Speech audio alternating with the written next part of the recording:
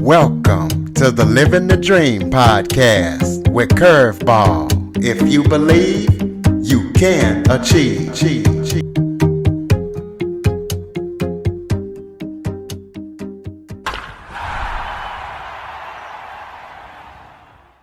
Welcome to the Living the Dream with Curveball podcast, a show where I interview guests that teach, motivate, and inspire. Today, we're going to be talking mental health, as I am joined by crisis counselor, author, national syndicated columnist, storyteller, and podcast host, Lisa Sugarman. Lisa has had her share of mental health challenges that she's had to go through, so she's used that to help other people by being a crisis counselor and a storyteller, and with her book. So we're going to be talking to her about her story and everything that she's up to. Lisa, thank you so much for joining me today. Oh, thanks, Curtis. I'm so glad to be here. Why don't you start off by telling everybody a little bit about yourself? Yeah, sure. So I'm here just north of Boston. I've lived here all my life, married over 30 years, have two grown daughters, and I've gone through a lot of very interesting ups and downs in my life, a lot of them relating to loss and mental health challenges with family members and close friends, and have gone through kind of a lot of fits and starts in my life as far as the work that I do and what I put out into the world. I was a parenting author for over a decade, wrote a bunch of parenting books, and was really kind of embedded in that space. And then I found out that my father, who passed away when I was 10, actually died by suicide. And I didn't find that out until I was 45 years old. So it was kept from me for the best of reasons, to protect me, of course. But it changed my life. It changed my life in all the ways that you would think it would. And then it changed my life in ways that I never even expected. And it kind of put me on a different course. It got me focused on the mental health world and on suicide awareness and prevention and storytelling. And because of it just kind of ignited something in me that wanted to take all of that pain and do something useful with it, make an impact with it. So I started talking about it and writing about it, and then storytelling about it. And eventually just, you kind of always, you get further and further along with something, and you get more and more passionate about something, and you want to do more and more to make an impact in that space. So I started training to be a crisis counselor with the Trevor Project, and have been on their lifelines as a crisis counselor for almost a year and a half now. And ended up getting involved with the National Alliance on Mental Illness as a storyteller here in Massachusetts. So I go around, I tell people my story, hoping that it somehow benefits them. And I'm working with Samaritans with their grief support group, and just doing all sorts of really cool projects, and writing another book. And this one's about my dad's story, and just putting tons of content out in the world to help people become more vulnerable. So that's me. That's what I'm up to. So tell us what the Trevor Project is. So the Trevor Project is actually the country's largest crisis support hotline and network for at-risk LGBTQ youth, ages 13 to 24. So anybody can obviously call us. We would never turn anybody away, but our primary demographic is youth who are in crisis, kind of within that 13 to 24 age bracket. And we offer lifeline services, like the old-fashioned, call and talk to somebody on the phone. We also offer a texting service. If somebody prefers to text, you can text. And we're national, so we're all over the U.S. and took over, helped over 500,000 youth in crisis last year, and have been an incredible resource. It's been such a gift for me to be a part of this team, because they do such incredible life-saving work. So that's what they're all about. And you can find them at thetrevorproject.org. How did you actually find out about your dad's suicide? That was an interesting one. So the narrative that I had always had from the time he passed away was that he had died of a massive heart attack. So he was 45 years old, and he was in great shape, except for the fact that he was a really heavy smoker. So when I was told he had a heart attack, it wasn't like that was a stretch. It made sense and it was nothing to ever question. And it wasn't for another 3.5 decades that I found out that he had actually died by suicide. It was just a random conversation. Just I bumped into my cousin, who I hadn't seen in ages, who's a little older than I am, and we were just catching up and talking about our kids. And in just the most randomest of ways, she asked me if my two daughters, who were like tweens, like teenagers at the time, asked if they had had the same kinds of depression and mental illness that my father had. And it blew me away. I had no idea what she was talking about. I had no idea. I knew that my dad had been under a lot of stress because he had had a full-time job, working in Boston. We lived just north of Boston. So he, had a busy, pretty cumbersome full-time job. And he also had another full-time job, essentially running his family's real estate business. And so there's a lot of stress, but that was the extent of it as far as I was concerned. And when my cousin made that comment, it just kind of opened a door, and I ultimately had a conversation with my mom. It started making me wonder if he was depressed, but I never thought that it was a suicide. Never crossed my mind until I had a conversation with my mom, and I said, "Was Dad depressed?" And she said, "Yeah." And I said, "Did he take his life?" And she said, "Yes." And I never expected it, never saw it coming. And it just kind of, blew everything apart from that point. And I've just been putting pieces back together and trying to make sense of it all, and learn how to live with it and learn how to make something purposeful from it. Well, I know in your bio, you say that we should not say committed suicide. T- Mm. Talk about what you mean by that. Yeah, I appreciate a lot that you picked up on that. It's something that a lot of people still don't recognize. It's become kind of normal now in the mental health world, especially in that suicide prevention world, to not use that language anymore. But like the Gen Pop doesn't really necessarily know why. When you use that word, you think about that word, committed. It really relates more to like committing a crime or committing a sin, or some kind of a negative, or some bad action. And that's not what suicide is. That's not what mental illness is. And so, as a way of kind of trying to change the narrative on what mental illness is and to stop that stigma that surrounds it, we're trying to change the language. So it's been kind of this collective mind shift within that mental health community to remove that word, just to change it altogether. And instead of saying committed suicide, which kind of makes you think that it's some kind of a crime to do what someone did, we're repurposing it, and we're saying died by suicide or ended their life or took their life instead. And it's like how you get at the root of changing anything. You change how you talk about it, which leads to changing how you perceive it, and then it kind of dilutes that stigma. So that's kind of the thinking behind it. Well, give us some best practice tips for anybody out there who has someone that they care about that's suicidal. First thing is to ask them directly. That's the number one overarching tip you'll hear from anybody: is talk to that person directly. Don't be afraid to use the scary words like suicide. That's a really scary word. And people are afraid to use it because they don't want to inject that idea into someone's head. People are worried, if I say suicide, it's going to make them do something to harm themselves. And that's not the case. It's not the case at all. When you use that language and you say, very bluntly, are you thinking of killing yourself, or are you thinking of harming yourself? That really shows that person that you understand how serious things are for them. You understand that they're in pain. It's validating how upset they are, or how lost, or how hurt they are. And so it really kind of gets directly to the issue and allows everybody to be open and vulnerable and honest. And that's how you help someone. If we're not honest in the way we ask, and someone's not honest in the way they respond, there's a disconnect and you can't help. So I would say, first and foremost, it's language and asking. The second thing I would say, as far as the best practice goes, is really just kind of keep the 988 suicide and crisis lifeline number Just keep it in your pocket, keep it in your phone, keep it on your brain.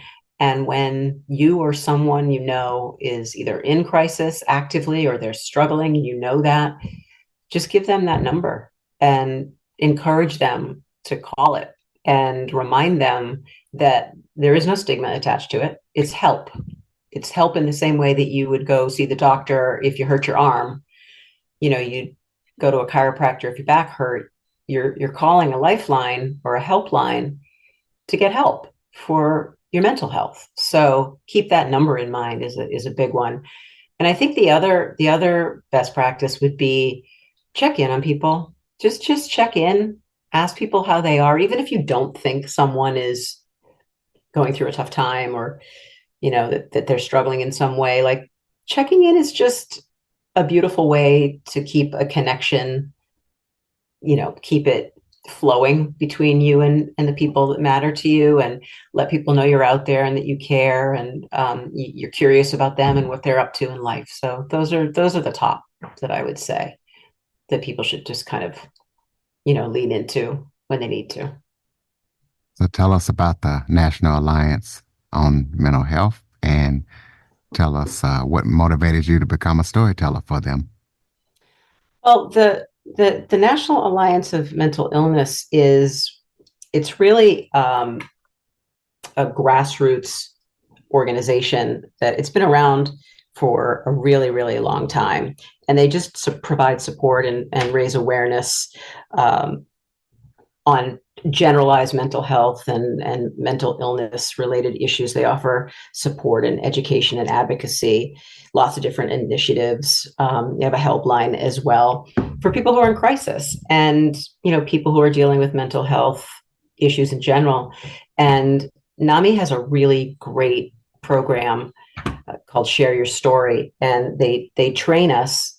It's a pretty involved but amazing training process where you kind of hone your own story. Everybody has a story, right? And some of our stories can be useful to other people who may be, dealing with a similar situation, or they know someone who is, and they just want to be able to relate to someone, just feel like they're not alone. And so they teach us how to tell our stories in a way that's impactful and that's useful. And then we go out and, there's state by state. NAMI has tons and tons of regional offices all around the country, and each one has their own storytelling program. And so they send us out within the state that we live in. So I'm here in Massachusetts, so I go around Massachusetts to different organizations like schools and police departments and different religious organizations, and anyone who wants to bring us in to tell a story. We go in and we share our experiences, and we do Q&As, and people can talk to us and ask us. I mean, that's not necessarily just for suicide survivors. It's also for anyone who may be caring for someone who is experiencing mental illness or has had an experience. So it's kind of a nice gamut of experience. And we just go around and we share our story. And I got involved with them because I just have learned in the last few years exactly how powerful sharing our stories really is in terms of, changing the way people feel about mental illness and helping people get the help that they need. So I wanted to be involved, and I'm lucky enough that I am involved now. All right. So you're a nationally syndicated columnist. You have a book and a podcast. So tell us about your column, your book, and your podcast. Yeah, the podcast, it was actually a radio show, and it was called Life Unfiltered, and it's still out there, still out in the world on iTunes and iHeartRadio. And my co-author on my last book, she and I actually got together and started this radio show here in Boston based on what our book was all about. So my last book was called How to Raise Perfectly Imperfect Kids and Be Okay with It. And this radio show was born out of that book, really talking about parents and family life and work-life balance and that sort of thing. So that was on the air here in Boston for years. And has kind of converted into a podcast, and that's where it lives in the ethernet. But I took a hiatus. We took a little bit of a hiatus kind of during COVID to work on different projects. So we're not actively recording that at the moment, but you can always, find all the old Life Unfiltered episodes everywhere online.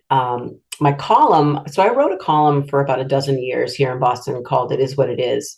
And it was syndicated all over the place, all over the country. And it was just like a random stream of consciousness. It was just me writing about things that I was involved in my life, like raising kids and work-life balance. Again, that's similar to what we talked about on the radio. And I stopped writing that column actively a couple of years ago when I was getting certified with NAMI and when I was getting certified with Trevor Project, and wanted to kind of make space to do new things. I just actually, this week, in fact, I just launched a brand new column with a very new mission and a new title. It's now called We Are Who We Are. And it's here in Boston. And the first issue came out this week. And it's similar in the tone and the vibe. It's all, anecdotal. It's all my own experiences. But instead of being just about, broadly about life, it's more about mental health and suicide and grief and loss, and having the hard conversations that people aren't always ready to have, the conversations that are uncomfortable or that are scary. And from my own experiences, a lot of what I talk about when I have conversations like this here with you, and I'm fortunate enough to be able to get out and speak quite a bit about mental health and wellness. And so these are all the things that I'm talking about out in the world. So I'm putting them in this column just to allow other people to join the conversation in a different way. So that's kind of my column. That was my book. That's the radio show. And other than that, I'm also actively every week adding to. I started a YouTube channel, and I'm adding to a series that I started called the Suicide Survivor Series. So they're short, like 90-second video messages about my own experience with grief and loss and suicide and healing. And so I'm actively creating content for that every week. Those drop on Mondays. So doing lots of little things in lots of different pockets of space in the world. Well, that was my next question. Talk about any current or upcoming projects that you're working on that people need to know about. Your YouTube channel, throw out your contact info so people can keep up with everything that you're up to. Yeah, no, I would love that. So to get a feel for everything that I do kind of all in one place, just go, the easiest place is to go to my website, and that's at lisasugarman.com. But my YouTube channel is youtube.com/ at the Lisa Sugarman. And people can subscribe and they can follow along. And like I said, every Monday I drop a new Survivor Series video. I also have all of my interviews. Lots of different types of content is on that, all relating to mental health and wellness. And the other project, aside from this book that I've been writing for the last probably close to 2 years now, I'm really taking my time with this one. That book's about my father's suicide and kind of the impact that it's had. The other big project has been this big redesign of my website, just to make it a destination for mental health resources. And I've created a pretty long, comprehensive list of mental health resources broken down by category, like for the Asian population, the elderly, children, BIPOC, resources for people who are looking for, support, online mental health resources, hotline numbers, everything. So I've got a really cumbersome but very easy to access mental health resources page that I've been building. So and I continue to build that. Whenever there's a new resource, I add to that. So that's kind of constantly being updated, and just really putting tons and tons of content out into the world to just normalize what it means to have mental illness and to live with that, and to have grief and to live with that. That's kind of the whole health and well-being, the total health and well-being of people is what I'm shooting for. close us out with some final thoughts. Maybe if there was something I forgot to talk about that you would like to touch on, or just any final thoughts you have for the listeners. Yeah, I know. I think we hit all the big things. I think the only thing I would say is it's just so important to have conversations like you and I are having. Just whether it's whether it's on a platform like this, or whether it's, having coffee with a friend or with a group, just to let yourself be vulnerable and let yourself be open and transparent about what's going on the inside, because people can't see it. People don't see it from the outside unless we show them. So show people as often as you can what's really going on the inside, because that's how we make sure we always get what we need as far as help. All right, ladies and gentlemen, LisaSugarman.com. Check her out. Check out everything that she's up to. You know of somebody that is in need of this episode, follow, rate, review, share it to as many people as possible. If you have any guest or suggestion topics, cjackson102@cox.net is the place to send them. As always, thank you for listening. And Lisa, thank you for joining us and sharing your story. Thanks, Curtis. I appreciate you. For more information on the Living the Dream podcast, visit www.djcurveball.com. Until next time, stay focused on living